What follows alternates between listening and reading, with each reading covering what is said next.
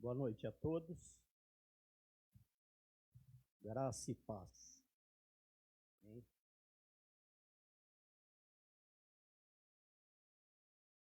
Quero, primeiramente, agradecer ao pastor Joézer pela oportunidade que nos deu de estarmos aqui, no domingo à noite, sendo o mensageiro da palavra. Isso é algo de muita responsabilidade e que toca indeleve o nosso coração. Muito obrigado, pastor Joézer, pastora Carla. O tema que nos traz aqui é, aqueles que assistiram a minha aula de manhã, da escola bíblica, já conhece alguns pontos dessa pregação. O tema é o inimigo da igreja. Quem são os inimigos da igreja? Quais são os inimigos da igreja? E como combatê-los? O texto escolhido está lá em Mateus. Vocês, os irmãos, podem continuar sentados mesmo. Abram as suas Bíblias lá em Mateus 16.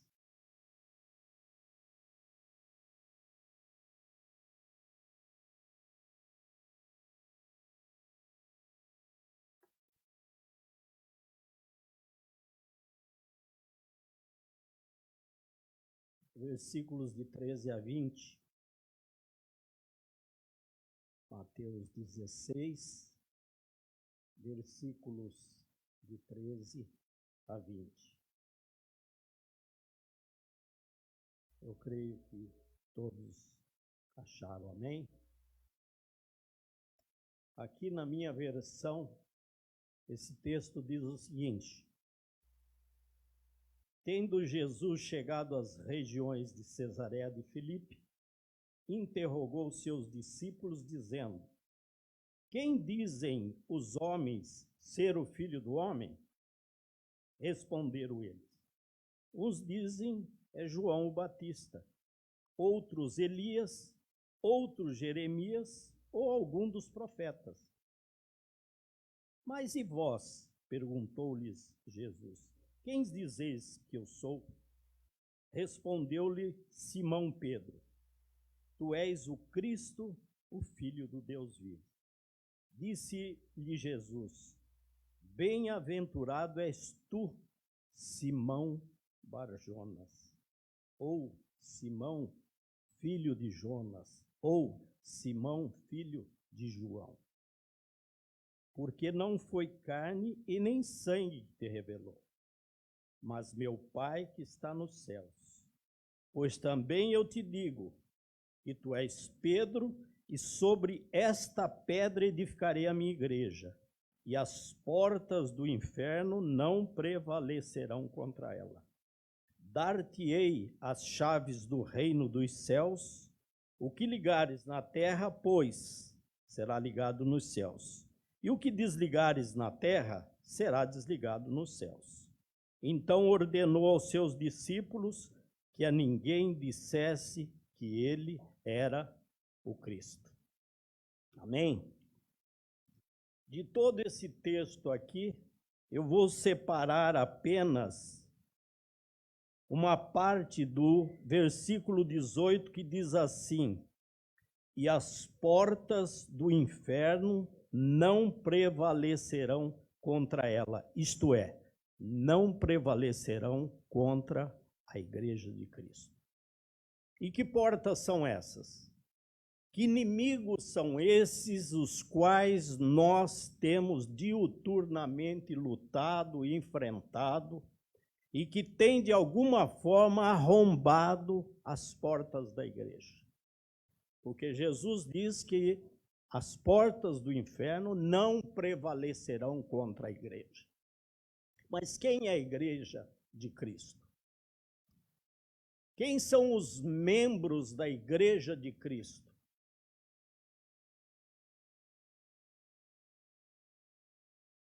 Os membros da Igreja de Cristo somos nós. Por onde as portas do inferno têm prevalecido? É através da igreja espiritual de Cristo ou é através das nossas pessoas?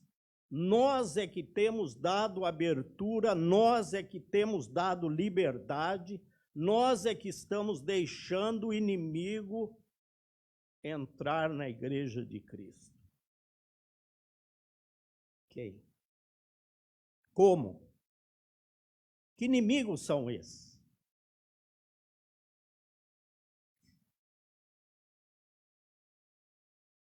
O diabo, como é comum a gente dizer, o diabo é astuto, o diabo é inteligente, o diabo é moderno, o diabo se moderniza, ele não fica parado.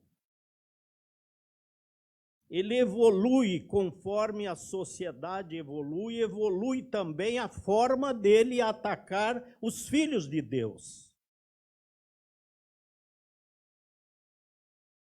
E uma das maneiras que o diabo tem usado, e esse texto nos chama a atenção, esse texto nos traz a refletir, aliás, toda a palavra de Deus deve ser meditada, deve haver uma reflexão. E tudo aquilo que Jesus nos fala, nós temos que refletir, meditar sobre aquilo.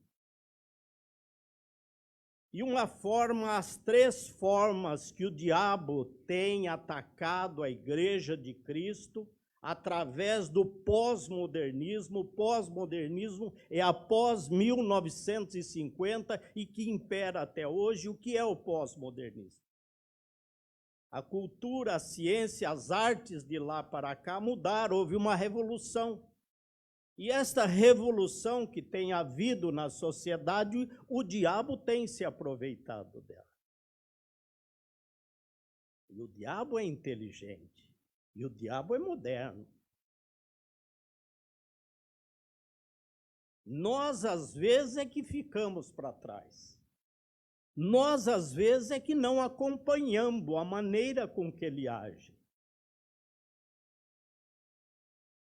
E os três flancos que o diabo tem atacado são através das ideologias do pós-modernismo, através das heresias e através da apostasia.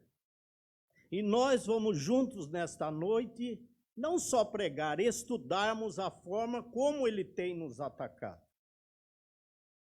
Isto é interessante porque ao final desta pregação eu tenho certeza que muitos ou quase todos aqui não escaparão a esses crivos que o diabo tem nos colocado.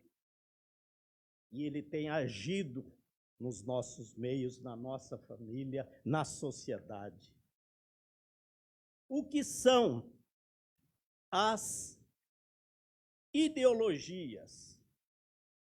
Ideologia é o conjunto de ideias que orienta as ações sociais de uma pessoa e de um grupo de pessoas. Ideologia é o conjunto de ideias que orienta socialmente uma pessoa ou um conjunto de pessoas. E o que isto significa? O que nos traz a ideologia pós-moderna? Ela tem trazido para nós a secularização. Sabe o que é secularização?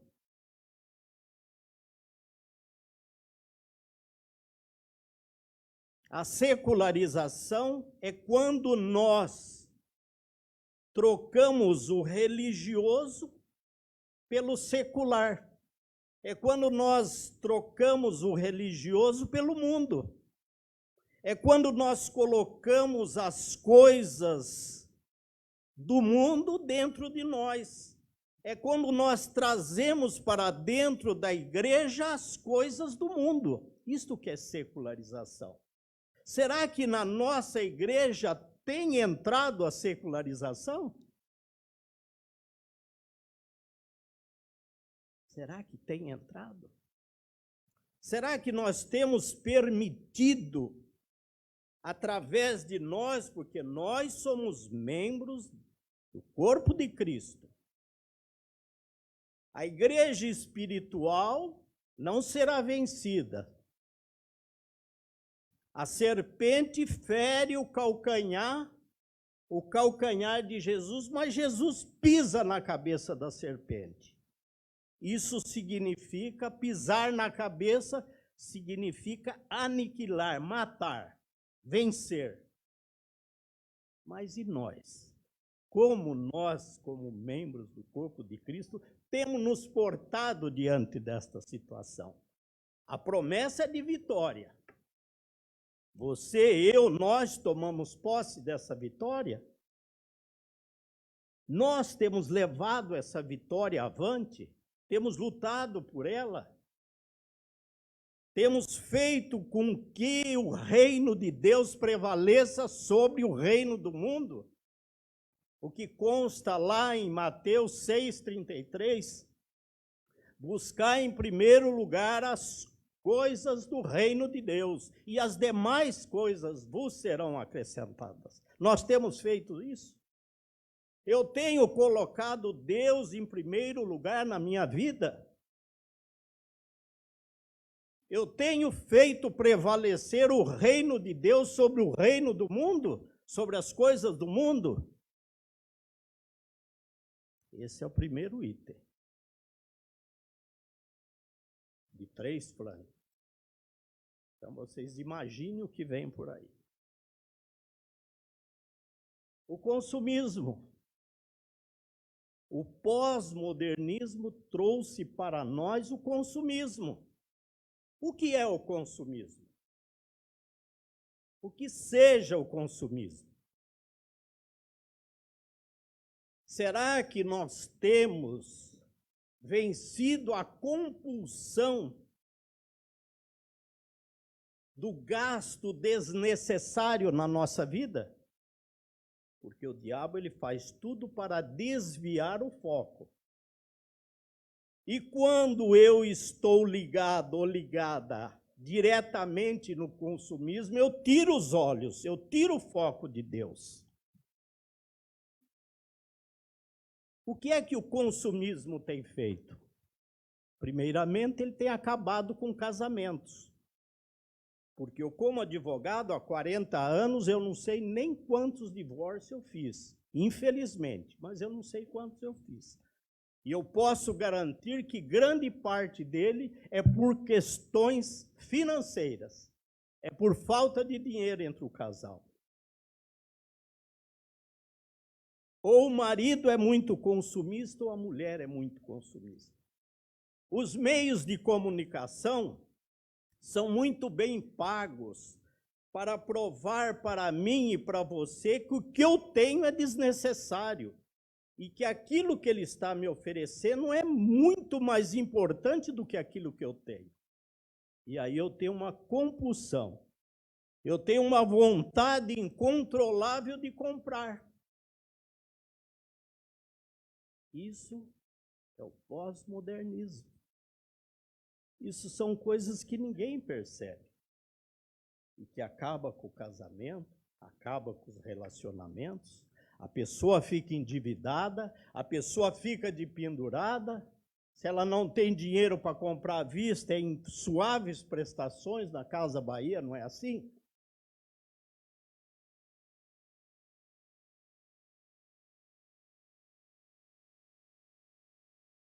O pluralismo religioso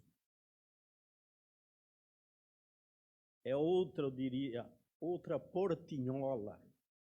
Portinhola é uma pequena porta. A grande porta é aquela. As ideologias, essas são subportas. O pluralismo religioso. O que é isso? Tem o cristianismo, tem o islamismo, tem o budismo, tem o shintoísmo, tem uma infinidade de religiões. E cada qual com a sua filosofia. Não é assim? Cada qual com a sua filosofia. E o pluralismo? É a mistura. Está havendo uma mistura, uma promiscuidade de religiões, de filosofias, e que depois, na minha e na sua cabeça, vira um balaio de gato. Esse é o termo correto. E você não sabe mais a quem seguir. Se é a Deus ou se é a Mamon. Se é a Deus ou se é o dinheiro.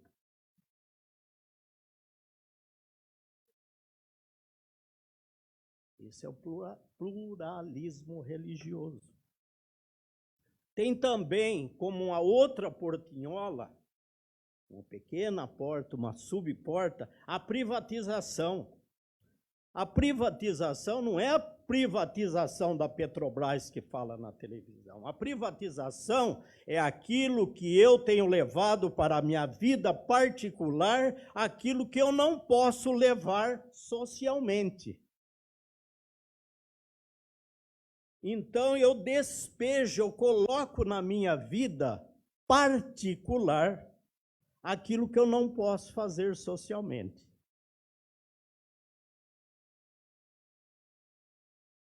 Vamos dar um exemplinho?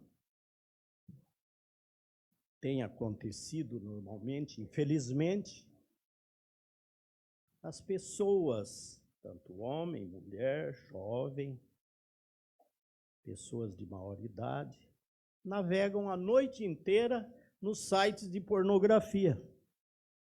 Ele está levando para a vida privada, escondida, aquilo que ele não pode fazer socialmente.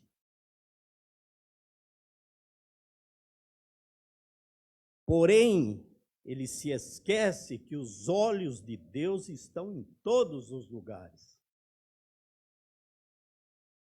E que a nossa vida perante o nosso Criador deve ser e é um livro aberto. De Deus eu não tenho como esconder. E quando eu digo vida privada, também eu não estou falando da intimidade do casamento. Não é preciso eu vir aqui ou outro qualquer pregador e falar dos seus momentos de intimidade com a sua esposa. Não é isso. Os segredos da sua empresa, os sigilos profissional, não é isso.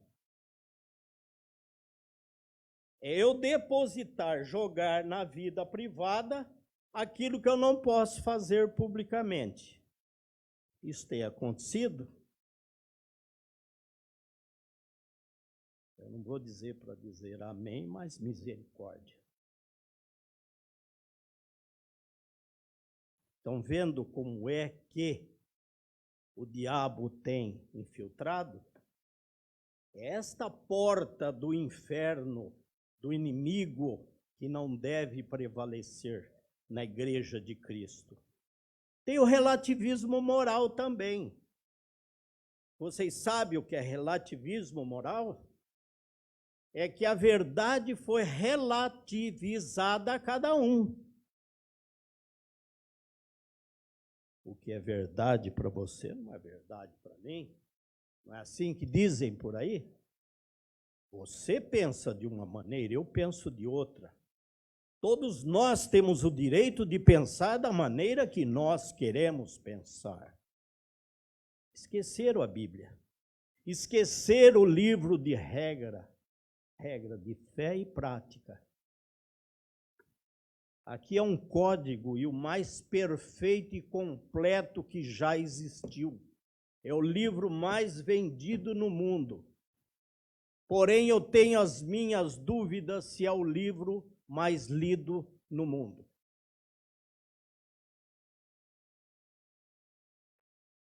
A verdade absoluta está na Bíblia. Quando a verdade passa para cada um, a verdade está relativizada. A sua verdade não é igual à minha, a minha verdade não é igual à sua. Não é isso que se discute? Para você, você diz tal coisa que pode. Eu, porém, digo que aquilo que você está dizendo que pode, não pode. relativização, relativismo moral. O que pode para uns, não pode para outros. Esqueceram o único livro de regra, fé e prática e a verdade absoluta. Esqueceram essa verdade. E agora nós vamos para a segunda porta. Nós passamos só a primeira, que são as ideologias. Agora nós vamos para as heresias. O que significa heresia? Heresia é uma doutrina, um pensamento teológico que alguém adota, porém ele é falso. Ele contradiz a Bíblia, ele confronta com a Bíblia. Você já deve ter visto em filmes queimando as pessoas por heresia. Jesus foi acusado de herege.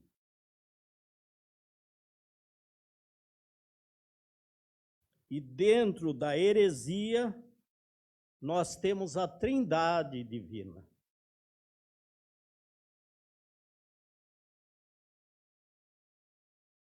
Existe muita gente pregando por aí que Deus é um só. E não tem Jesus e não tem o Espírito Santo. Vocês devem conhecer religião. Inclusive religião cristã. Não estou falando de islamismo, esse então nem se fale. E a Trindade, ela é discutida desde a época da igreja primitiva. Por quê? Porque os cristãos daquela época diziam o seguinte: se é Pai, Filho e Espírito Santo, são 3 deuses. E nós somos monoteístas, ou seja, nós acreditamos em um só Deus. Isso é politeísmo, isso são vários deuses.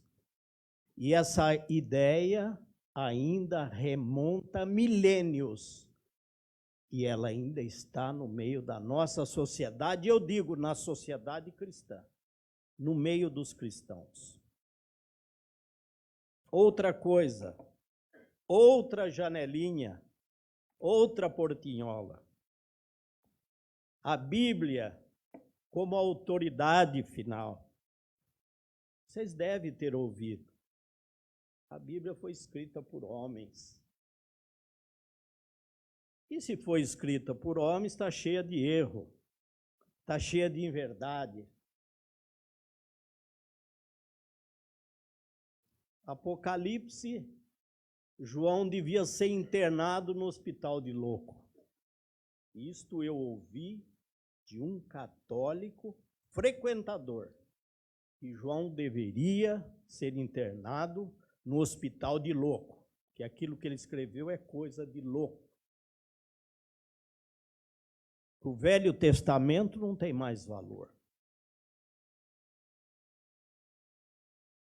Ou eles não leram a Bíblia, ou se leram, certamente não entenderam. São heresias que têm entrado dentro da nossa igreja. Eu sei que você pode estar aí batendo no peito dizendo, eu não falo isso. Às vezes nós não falamos, mas às vezes nós agimos, que é muito pior do que falar.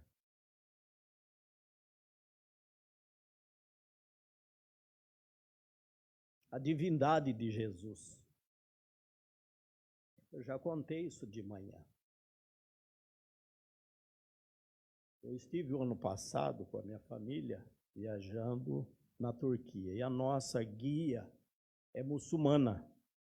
O pai dela é muçulmano e a mãe é cristã. Ela foi até uma altura cristã e depois ela mudou para o islamismo, como muçulmano. Se vocês ouvissem o que eu ouvi, que ela falou de Jesus, imagina Jesus era homem, ele teve vontade. Você acha que ele não teve relações sexuais com Maria Madalena, com outras mulheres? Jesus é profeta, Jesus não é Deus. E fala com muita convicção. É que nós vivemos aqui, como eu disse, no meio cristão, num país eminentemente cristão. Então você não ouve muito essas coisas, mas sai aí para fora. O mundo não é Lençóis Paulista, o mundo não é Brasil. O mundo não se resume Itália, Portugal, Espanha e Brasil, que são os países eminentemente cristãos. O mundo não se resume nisso. Estão tomando conta das pessoas. As portas do inferno estão prevalecendo através das pessoas, através das filosofias, através das heresias, através das ideologias pós-modernistas. Esse é o cuidado que nós temos que ter. Pensar que o diabo atenta, que o diabo vem de casco, que o diabo vem de chifre, que o diabo vem soltando fogo pelas narinas, você está enganado. O diabo é inteligente, é astuto, é moderno, ele se moderniza, ele acompanha a nossa sociedade, acompanha a filosofia, acompanha aquilo que nós podemos dizer que está havendo uma mudança. Se é para melhor, eu não sei, mas ele acompanha essa mudança. Mediação exclusiva de Cristo.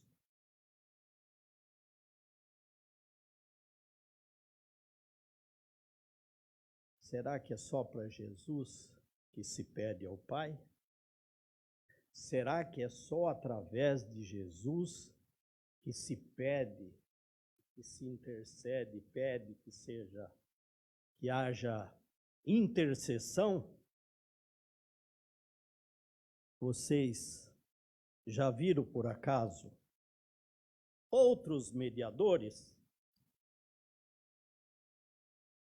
A mim, que li um pouco a Bíblia, o único que morreu, ressuscitou, está à destra do Pai, à direita do Pai, intercedendo por mim, por você, advogando a nossa causa, porque Jesus também é o nosso advogado.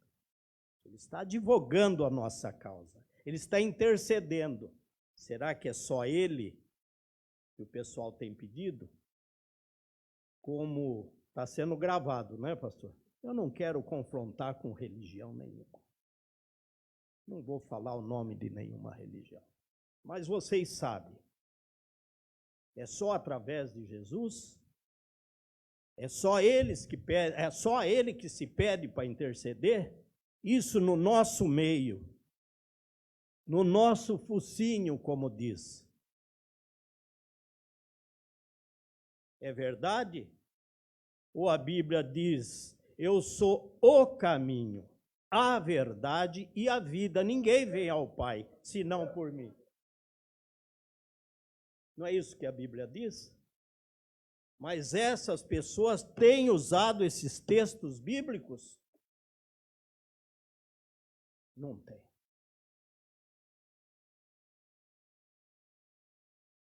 Morte expiatória e ressurreição de Cristo.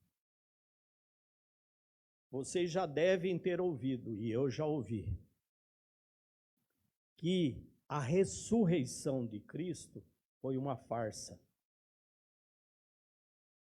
E Cristo não morreu. Ele foi levado para algum canto, mas não ressuscitou. E se ele não ressuscitou, vã e morta é a nossa fé. Então querem acabar com a nossa fé. Qual seria a minha esperança, a sua esperança, se Jesus não ressuscitou? Que esperança nós temos? Eu sei, e tenho certeza que os irmãos sabem, onde é que nós temos e onde vamos colocar os nossos pecados. eu coloco os meus pecados aos pés da cruz. E eu tenho certeza que os irmãos fazem o mesmo. Porém, se Jesus não ressuscitou, onde eu vou colocar os meus pecados? Onde está o meu Salvador? Está morto? Se ele está morto, o dia que eu morrer também, eu não vou ressuscitar. Qual é a minha esperança? Os irmãos estão entendendo, compreendendo onde esse pessoal quer chegar? Não liga não, tem 42 páginas só, viu? E é letrinha 10. Agora vem as apostasias, a terceira. Depois nós vamos subdividir as apostasias. E ao final, os irmãos vão aquilatar, vão sopesar, para ver onde é que nós estamos errando, onde estamos falhando, onde estamos deixando que as portas do inferno prevaleçam sobre nós. Apostasia é abandono da fé. Apostatar-se é abandonar a fé. Dentro das apostasias, vamos ver o que está acontecendo? Tem o mundanismo. O mundanismo é parecido com o secularismo, lá das ideologias. As pessoas estão amando mais ao mundo do que a Deus. E quando eu faço isso, eu estou apostatando, eu estou abrindo mão da fé. À medida que eu deixo o mundo entrar dentro de mim, eu expulso Deus de dentro de mim. Porque a Bíblia diz que aquele que ama o mundo é inimigo de Deus. E quem ama a Deus é inimigo do mundo. É um trocadilho. É bonito, é fácil de compreender. Quando eu amo mais ao mundo, eu me afasto de Deus. Eu abro mão da minha fé. A outra apostasia que acontece, tem acontecido, é uma subjanela, uma portinhola também dentro da apostasia, que diz a fé superficial. Vocês já viram, tenho certeza que todos que estão aqui já viram isso acontecer. Fulano de tal estava há 30 anos, 20 anos dentro da igreja e de repente se desviou. De repente foi para o mundo. Isso todos nós já vimos. Sabe o que é isso? Fé superficial. O escritor aos Hebreus, a carta aos Hebreus, ele diz assim: eu não sabia que vocês ainda estão tomando leite. Eu pensei que vocês já estivessem comendo alimento sólido. Quem toma leite é criança. Quem toma leite é pequeno. Quem toma leite é inexperiente. Quem toma leite ainda está na infantilidade. E o que está acontecendo? Estamos nos alimentando de leite ou estamos nos alimentando de um alimento sólido? A palavra. Fé não é como nata no leite que fica por cima. A fé tem que mergulhar. É verdade que Jesus disse que a nossa fé não é do tamanho de um grão de mostarda. É verdade que ele disse isso.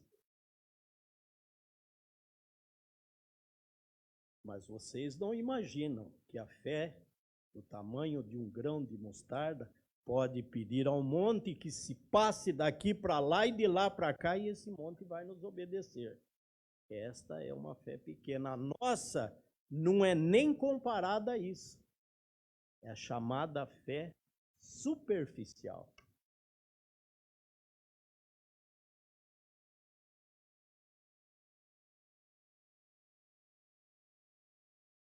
Outra, dentro das apostasias, a rejeição à boa consciência. Eu rejeito a boa consciência. Eu rejeito a boa palavra. Eu rejeito a palavra de Deus, a palavra do Espírito Santo quando fala comigo. Eu rejeito. E diz assim lá em Hebreus 3,15, por isso é que se diz, se hoje vocês ouvirem a sua voz, não endureçam o coração como na rebelião. Se hoje ouvirem a voz do Espírito Santo em suas vidas, em nossas vidas, não endureça o coração. Se entregue a Ele. Seja receptivo, suscetível. Deixe que Ele fale, deixe que Ele tome conta, deixe que Ele te conduza. E as pessoas têm endurecido o coração à voz do Espírito.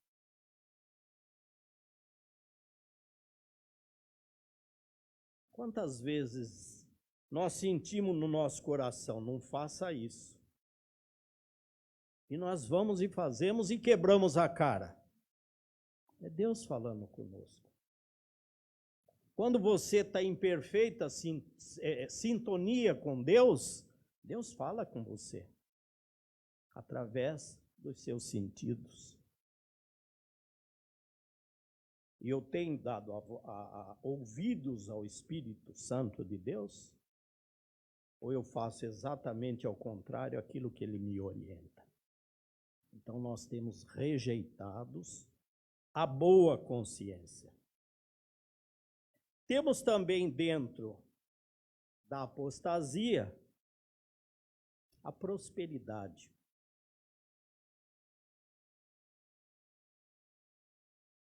Charles Swindoll afirmou que existem 2 períodos difíceis na vida do crente. Olha que bacana. É o período da adversidade e o período da prosperidade. Mas Toledo, prosperidade é difícil? A adversidade é porque eu estou sofrendo. Eu estou em tribulação, estou em angústia. Mas na prosperidade,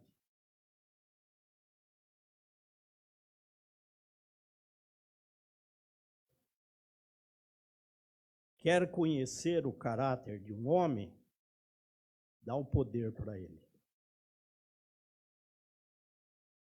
Quer conhecer a fé de um homem? Dá dinheiro para ele.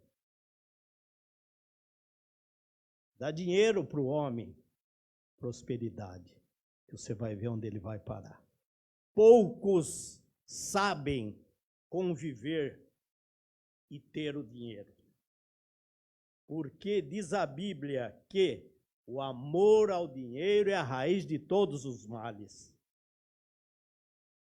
É quando eu coloco o meu coração na minha fortuna, no meu dinheiro. E a partir do momento que eu coloco o meu coração na minha fortuna, eu me afasto de Deus. E eu dei um exemplo de manhã com o irmão Daniel, chorou de dar risada.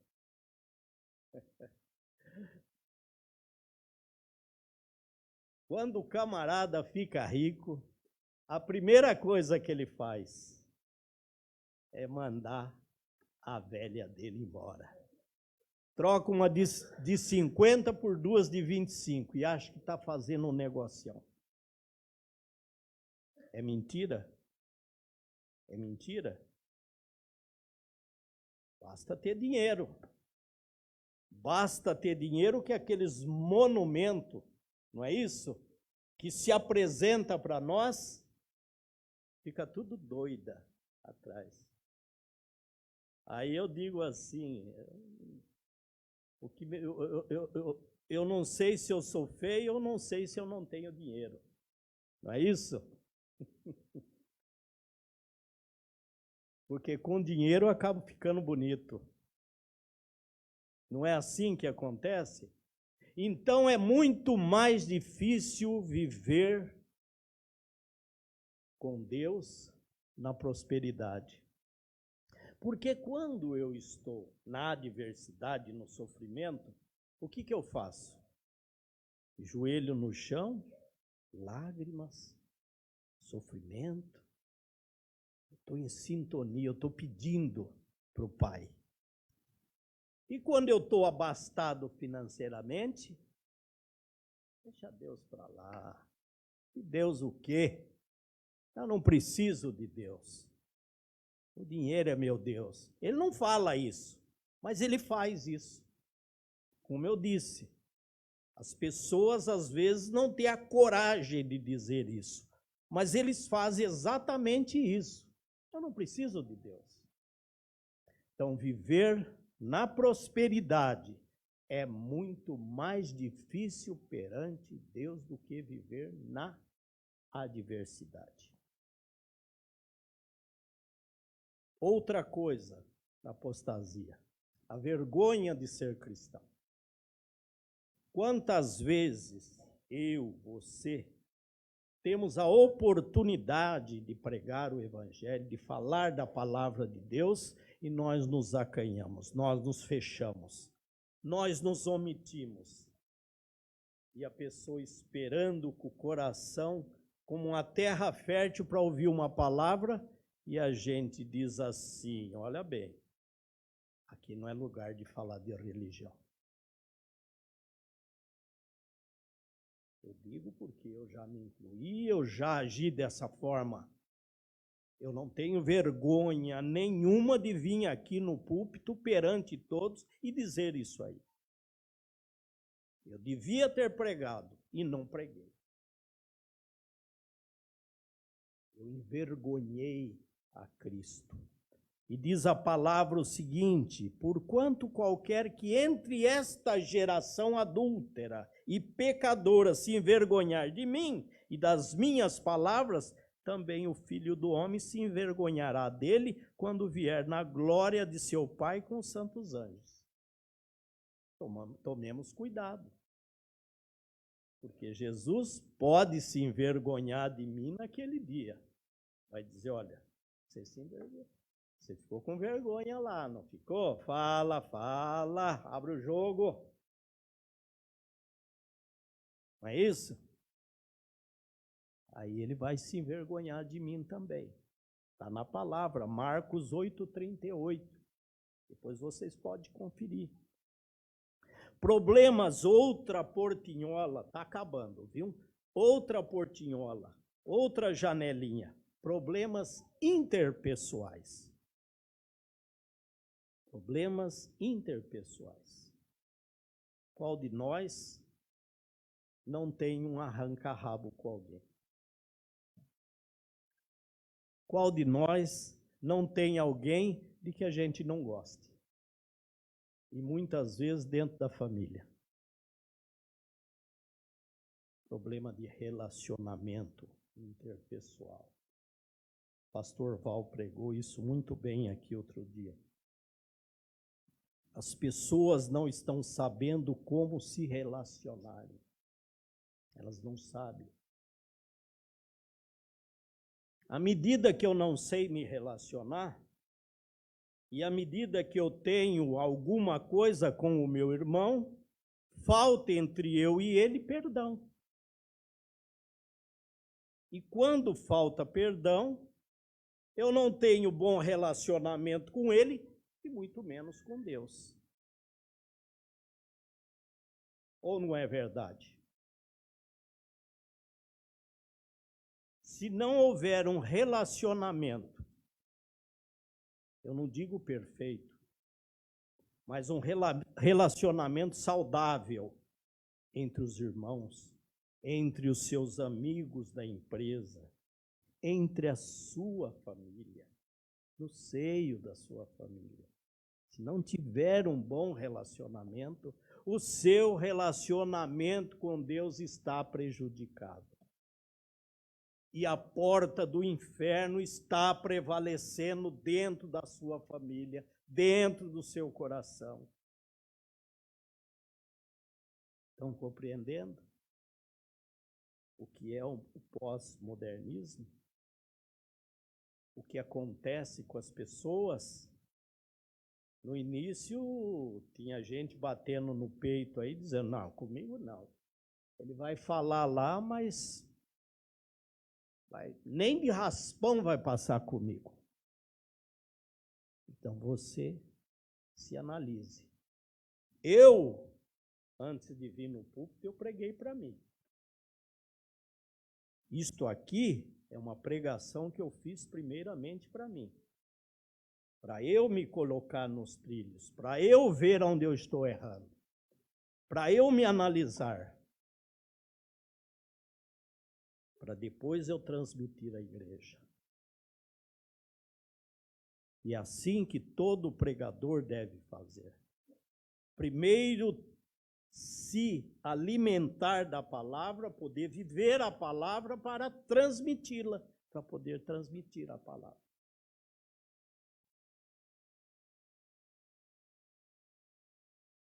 E vamos para o encerramento.